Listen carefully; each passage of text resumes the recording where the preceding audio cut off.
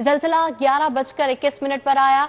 Richter scale पर 5.1 record की गई है। जलजले की शिद्दत और जलजले का मरकज खारियां और गहराई 15 किलोमीटर थी।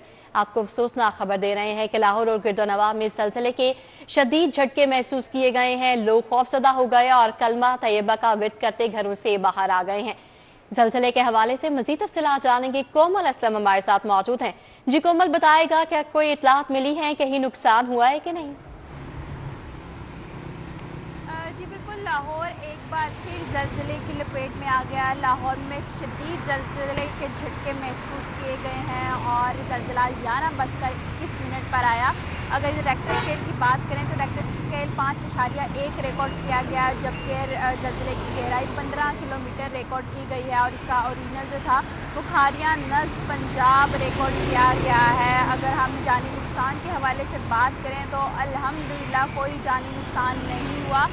जलजले के झटके के बाद जो है वो लाहौरिये काफ़ी ज़्यादा खौफ व हिरास में मुब्तला हो गए और कलमा तैयबा का विर्द करते हुए अपने घरों और दफातर से बाहर निकल आए। मैं आपको बताते चलूँ कि लाहौर शहर और इसके गिरदो नवा में जलजले के शदीद झटके महसूस किए गए हैं और जलजला जो है वो 11:21 पर आया, जबकि जलजले का रेक्टर स्केल 5.1 था और इसकी गहराई 15 किलोमीटर रिकॉर्ड की गई है और इसका ओरिजिनल जो था वो खारियां नज़्द पंजाब रिकॉर्ड किया गया है। मैं आपको बताते चलूँ कि शहर लाहौर एक बार फिर जलजले की लपेट में आ गया। आवाम जो है वो खौफ व हिरास में मुब्तला हो गई। अब आपको बताएं कि तफरीही प्रोग्राम कमाई और कमीशन का जरिया बन गया। तारीख में पहली बार सालाना गुले दाऊदी की नुमाइश के इंतजाम पर करोड़ों का खर्च किया गया है। PHA ने पहली मरतबा 2 करोड़ 75 लाख के इंतजाम पर टेंडर लगा दिया है। मज़ीद तफसीलात जानेंगे। दुर्र नयाब हमारे साथ मौजूद हैं। जी दुर्र नयाब। जी बिल्कुल, PHA ने गुज़िश्ता कुछ अरसे में देखा जा रहा है कि तमाम तर ठेके करने के और ये एंगल आयरन पे, लोहे के स्ट्रक्चर बनाने पे, लाइटें लगाने पे और इसके साथ जो दीगर आर्टिफिशियल ब्यूटिफिकेशन है उस पर बहुत बेपनाह पैसा खर्च कर दिया है, जिससे अपने भी PHA के माशी हालात बिगड़ गए हैं। तनख्वाहें देने के पैसे नहीं हैं, लेकिन ज़राए के मुताबिक कमीशन का इसको ज़रिया बना लिया गया है और अब जो चीज़ होती है, जो भी तफरी आती है, चाहे माजी में उस पर पैसे खर्च किए गए हों या ना किए गए हों, उस पर फौरी तौर पे एस्टीमेट लगा के टेंडर लगा दिया जाता है। अब जो गुले दाऊदी की नुमाइश है वो तारीखी नुमाइश है और PHA अपने वसाइल से करता है। अपनी मशीनरी होती है, अपने ट्रैक्टर ट्रालियाँ होती हैं, मट्टी अपनी पार्कों से, अपने जहाँ स्टोरेज की होती है वहाँ से लाई जाती है। पौधे जो हैं वो मुख्तलिफ जोन्स खुद तैयार करते हैं गुले दाऊदी के और जो पार्टिसिपेट कर रहे होते हैं इदारे वो भी अपने पौधे खुद लेके आते हैं।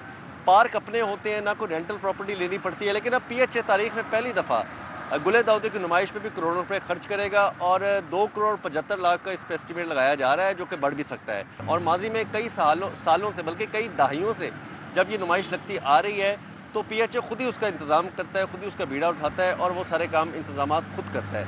इस दफ़ा ये पैसे लगा के अब इसको भी कमाई का ज़रिया बना दिया गया है। ना सिर्फ हॉर्टिकल्चर का ये दुर्र नयाब अपडेट के लिए आपका बहुत शुक्रिया। अभी आगे बढ़े और आपको बताएं कि महकमा पॉपुलेशन वेलफेयर को खत्म करने का प्लान।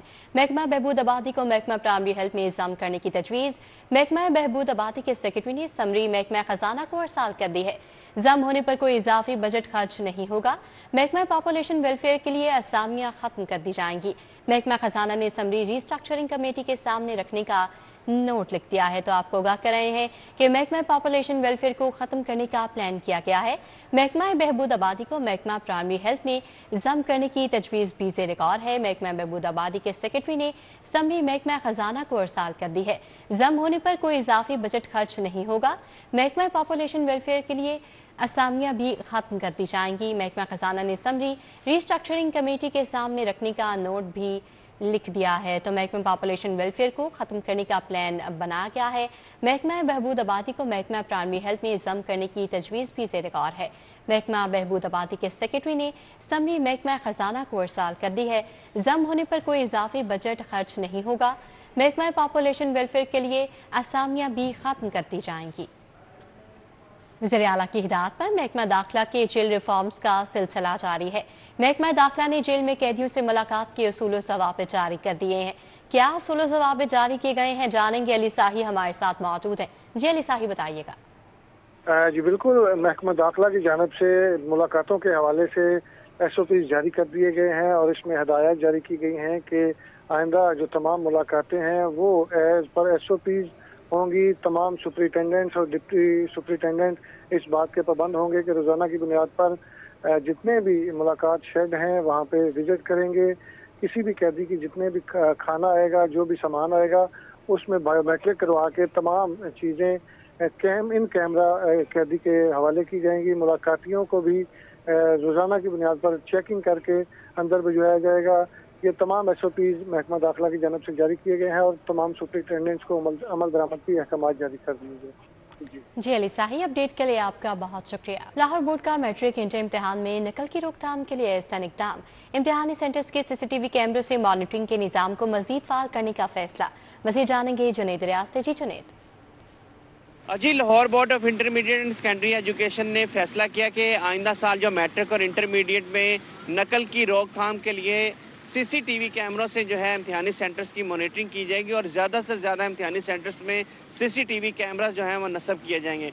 इस हवाले से तमाम उम्मीदवारों को और स्कूल इंतज़ामिया को भी आगाह कर दिया गया है कि स्कूलों में CCTV कैमरा के हवाले से जो है इंतज़ामात मुकम्मल किए जाएँ ताकि इम्तिहानी सेंटर में एक तो जो जाली उम्मीदवार दाखिल हो जाते हैं इम्तिहान देने के लिए उनका मुहासबा किया जा सके, और दूसरा जो सुप्रीडेंट और डिप्टी सुप्रीडेंट या निगरान अमला पैसे के एवज जो है बच्चों को पेपर कराने में मुलव्वस पाए जाते हैं, उनकी भी मॉनिटरिंग जो है CCTV कैमरों के ज़रिए की जाएगी। और वो तलबा या असातिज़ा जो कि निगरानी में जो है वो नकल कराने में मुलव्वस होंगे, उनके खिलाफ कार्रवाई की जा सकेगी। और तलबा को भी बता दिया गया कि उनके खिलाफ UMC केस बनाया जाएगा और जो तलबा जाली तौर पर इम्तिहान दिए दाखिल होते हैं इम्तिहानी सेंटर में, उनके खिलाफ UMC केस बना के। जुनेद रियाज, अपडेट के लिए आपका बहुत शुक्रिया। उधर वज़ीर बल्दियात शान रफीक से चाइनीज़ बिजनेस काउंसिल के सदर चेन चियांग जियांग की मुलाकात हुई है। मेंबर पंजाब असम्बली आका अली हैदर और चीनी बिजनेस काउंसिल के दीगर अहदेदार भी मौजूद थे। मुलाकात का मज़ीद अहवाल जानेंगे राव दिलशाद हुसैन से। जी राव दिलशाद।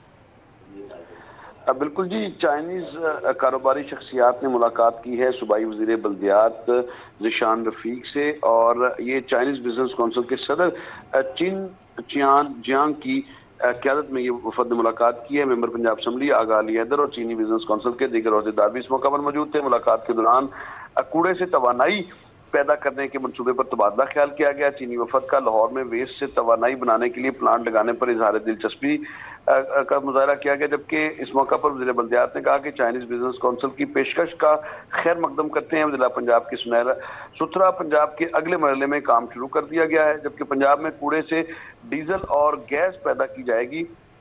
सिर्फ लाहौर में यौमिया 4 से 5 हज़ार टन वेस्ट पैदा होता है। चीनी इदारे को एनर्जी प्लांट के लिए ज़मीन की फराहमी पर भी तैयार हैं, जबकि दीगर शहरों में भी वेस्ट एनर्जी प्लांट लगाने का खैर मकदम करेंगे। कूड़े की रिसाइकलिंग माहौलियाती मसाइल के जी राव दिलशाद हुसैन में तफसीली आगाह कर रहे थे, आपका बहुत शुक्रिया। सूबा वज़ीर चौधरी शाफी हुसैन से लिथियम बैटरीज की कंपनी इनोवेंस के वक्त की मुलाकात हुई है। वक्त की क़यादत चीनी कंपनी इनोवेंस के CEO शी यूके ने की है। मुलाकात का अहवाल जानेंगे हसन अली से। जी हसन अली। चौधरी शाफी हुसैन से चीन की लिथियम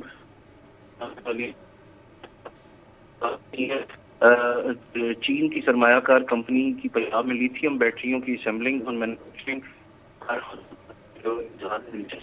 है। इसके साथ साथ चीन की कंपनी का कायद-ए-आज़म बिजनेस पार्क शेखुपुरा में प्लांट लगाने के लिए 8 एकड़ तक लैंड की फराहमी का मुतालबा जो है वो चीनी वक्त की जानिब किया गया है। चीन का सरमायाकार ग्रुप पंजाब में लिथियम बैटरियां बनाने का प्लांट लगाए, हर मुमकिन सहूलत देंगे। चौधरी शाफी हुसैन ने यकीन बयानी करवाई है। हर मुमकिन सहूलत दी जाएगी। हसन अली अपडेट कर रहे थे, बहुत शुक्रिया। Senior member board of revenue Nabeel Javed का जाली रजिस्ट्रियों का नोटिस। सीनियर मेंबर की तमाम रजिस्ट्रियों में शफाफियत लाने की हिदायत। मज़ीद तफसीलात जानेंगे एडिटर ब्यूरोक्रेसी कैसर खोकर से। जी Qaiser Khokhar. Senior member board of revenue Nabeel Javed ने जाली रजिस्ट्रियों का नोटिस लिया है और तमाम अजला के डिप्टी कमिश्नरों को हिदायत किया है कि वो सब रजिस्ट्रार पर नज़र रखें और रजिस्ट्रियाँ जो है उनमें ट्रांसपेरेंसी जो है वो लाएँ और किसी किस्म की जालसाजी को रोकने के लिए जो तमाम इक़दाम हैं वो किए जाए और जो जाली माफिया जो जाली रजिस्ट्री में मुलव्वस माफिया है उसके खिलाफ कार्रवाई की जाए। ये डायरेक्शन जो है ये senior member board of revenue ने तमाम अजला के डिप्टी कमिश्नरों को जारी किया है, जबकि सीनियर मेंबर ने board of revenue Nabeel Javed ने तमाम DC को ज़रूरी इनकम टैक्स बेहतर करने, आबियाना और रेवेन्यू के कलेक्शन तेज़ करने का भी हुक्म दिया है और ज़रूरी इनकम टैक्स जो है वो किसानों से इकट्ठा करने और इसमें जो घपले का जो है वो रोकने की हदायत की है। ये डायरेक्शन जो है वो senior member board of revenue DC को जारी कर दिया है। कैसर खोकर अपडेट के लिए आपका बहुत शुक्रिया। काबीना ने पार्लियामेंटेरियंस की तनख्वाहों में इजाफे की मंजूरी दे दी है। काबीना की मंजूरी के बाद तनख्वाहों में इजाफे का बिल असेंबली में जाएगा। इस हवाले से मजीद जानेंगे एडिटर ब्यूरोक्रेसी कैसर खोकर हमारे साथ मौजूद हैं। जी कैसर खोकर। जी बिल्कुल, पंजाब कबीना ने अपने एक्ट एजेंडा के तौर पर पार्लियामेंटेरियन की तनख्वाहों में इजाफे की मंजूरी दी है और ये सेक्रेटरी कानून आसिफ बिलाल लोधी ने इस खबर की तस्दीक कर दी है कि कबीना ने मंजूरी दे दिया। लेकिन अभी मामला जो है पंजाब असम्बली में जाएगा बिल और पंजाब असम्बली मंजूरी देगी, फिर उसके बाद जो है नोटिफिकेशन होकर सैलरी मिलना शुरू हो जाएगी। अभी आधा काम हुआ है, आधा काम जो है ना वो असम्बली करेगी और बाद में वो असम्बली में जाएगा। इस जो मंजूरी हुई है उसके मुताबिक एमपी की तरह 5 लाख, स्पेशल असिस्टेंट एडवाइजर की तरह 7 लाख, पार्लियामेंट सेक्रेटरी की तरह 6 लाख, मिनिस्टर की तरह 10 लाख, स्पीकर की तरह 10 लाख और डिप्टी स्पीकर की तरह 8 लाख रुपए जो है वो मंजूरी दी गई है। ये कबीना ने अपने एक्ट एजेंडा के तौर पर जो बिस्तर जो इजलास हुआ है उस इजलास में कबीना ने मंजूरी दी है। जी इजलास में कबीना ने मंजूरी दे दी है। कैसर खोकर अपडेट कर रहे थे, बहुत शुक्रिया। अब आपको बताएं कि वेंटी प्लेट्स कामयाब करने के लिए महकमा एक्साइज मुतहरिक हो गया है। मनपसंद नामों की नंबर प्लेट्स के लिए महकमा एक्साइज का बैंकों हाउसिंग सोसाइटी मालिकान से राब्ता। मज़ीद तफसीलात जानेंगे अली साही से। जी अली साही। महकमा एक्साइज की जानब से 11 नवंबर को वैनिटी प्लेट्स के हवाले से दरख्वास्तें वसूल करने का सिस्टम शुरू किया गया, जिसमें 3 कैटेगरीज रखी गई थी, गोल्ड, प्लाटिनम और कारपोरेट सेक्टर। इन तीनों कैटेगरीज में महकमा एक्साइज को उस तरह कामयाबी ना मिली, जिसकी वजह से 26 नवंबर को ई ऑक्शन का अमल डिले करके 13 दिसंबर को कर दिया गया है। इसी हवाले से महकमा एक्साइज की जानब से अब कारपोरेट कैटेगरी में बैंकों और हाउसिंग सोसाइटी मालकान से रब्ता किया गया है। डायरेक्टर एजेंसी लाहौर की जानब से 26 इस बैंक के जो सरबराहान हैं उनको मरासला भिजवाया गया है, जबकि 211 हाउसिंग सोसाइटी के मालकान को मरासला भिजवाया गया है कि वो कारपोरेट कैटेगरी में हिस्सा लें और अपने नाम की जो नंबर प्लेट लें, ताकि आइंदा जो भी गाड़ियाँ ख़रीदी जाएंगी उनके लिए भी वो नंबर प्लेट्स इस्तेमाल हो सकेंगी। जो गोल्ड और प्लाटिनम कैटेगरी है उसमें भी 300 से ज़ायद जो दरख्वास्तें मसूल हुई हैं उसमें फ़ीस जमा करवाने वाले शहरियों की तादाद भी इंतहाई मामूली है। तो इस चीज़ को मद्देनज़र रखते हुए एक तो तारीख जो है ई ऑक्शन की उसका दिया अली गया है। साही अपडेट के लिए आपका बहुत शुक्रिया।